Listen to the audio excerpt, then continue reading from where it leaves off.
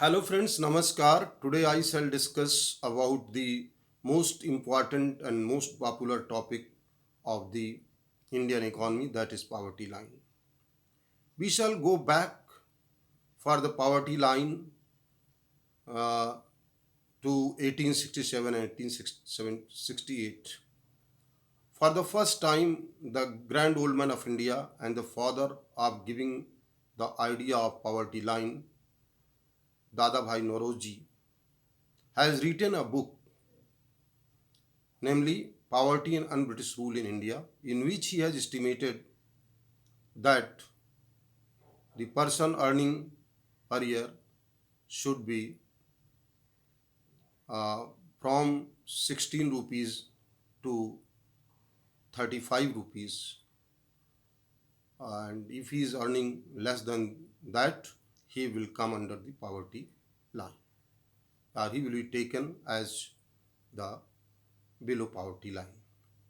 And thereafter, after independence, we have launched 5 years plan to reduce the poverty and to prioritize our resources for the development. In our constitution, in the preamble of the constitution, we have written uh, or taken a pledge that the government shall uh, be working on the principle of social, economic, and political justice. And this also echoed in the Directive Principle of State Policy, Article 36, which talks about the development and poverty. Article 36 reads, the states shall, as effectively as it may, a social order in which justice, social, economic, political shall inform all the institutions of life. So with this idea, we have started a planning commission and the 5 year plans. In 1962, planning commission has constituted a working group on poverty. And this working group has recommended rupees 20 for the rural people and rupees 25 for the urban people per month as the poverty line. And who are living below it, they will be taken as BPL or below poverty line. In 1971, a very popular slogan was given, Garibi Hatao, and Dandekar and Rath has been given the charge of a recommendation for the poverty line. And Dandekar and Rath has envisaged that the poverty line cannot be decided until and unless the nutritional factors are taken into account. And he has given the idea that it is the calorie that decides the nutrition and that decide the poverty. And according to him, the 2250 is the required calorie for every Indian for going up or going beyond the poverty line. And the money needed for it or the expenditure incurred on it will be taken as the poverty line norms. And in 1979, a planning commission member Y.K. Alag, a committee has been constituted under his chairmanship, and he has got into the details of the poverty. And we find that the Dr. Altaker, Dr. A.K. Alag has recommended that there should be a link of the poverty with the consumer price index. And he talked about the consumer price index of the industrial worker and consumer price index of the agricultural laborer. And according to him, the poverty line must be decided on the basis of this idea, and the inflation should also be counted. And for the first time, he has given that the rural area people, the 2400 calorie per day will be the poverty line, and 2100 will be the poverty line for the urban area people. So YK alag are totally differentiated on the basis of the calorie. So calorie consumption has become the one of the most important norm in both these cases, and that is of course true, because the development of a man, of a person or a human being, is based on what he eats or how he lives. These are the factors which has been taken into account in the later period to come. And in the next, in 1993, uh, a committee was again constituted under the leadership of the DT Lakadwala. And DT Lakadwala has also talked about this. Uh, and according to him, the poverty line will be the RS 972 for the rural people and RS 1407 for the urban area people. And thereafter, we find that the next committee on poverty was also constituted in 2009, Suresh Tendulkar Committee. Suresh Tendulkar Committee has studied different perspective, and it gave a larger emphasis on the consumption of the foods, etc. And it talked about the RS 33 value. RS 33 is the basic recommendation of the Suresh Tendulkar Committee.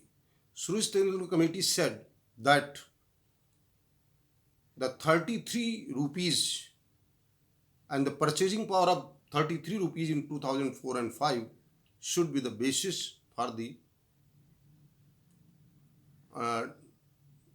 deciding the below poverty line. And according to this estimate, he has fixed 446.68 rupees per month for the rural people, and for the urban people it is fixed at 578.80 for the poverty line. So we find that the Tendulkar Committee has given and analyzed in a very vast manner and gave this idea that the purchasing power capacity should be the most important thing for calculating or estimating the poverty line. And now if we find in 2012, an important committee, namely Rangarajan Committee, has also been formed, which has submitted its report in 2014. After 2 years estimation, it has analyzed the various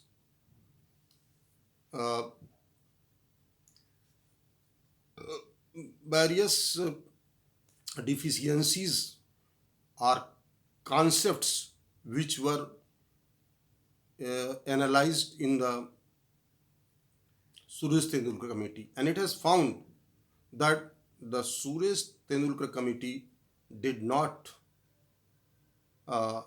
do a justiciable thing. And according to the Rangarajan Committee, the poor in the rural area are more than what was estimated by the Suresh Tendulkar Committee. And according to the Rangarajan Committee, the Tendulkar in the poor in the rural area are 41% more than what it was estimated by the Tendulkar Committee, and 19% more in the urban areas. So this was the main finding of the Rangarajan Committee. And besides this, the Rangarajan Committee has also decided the per uh, per day uh,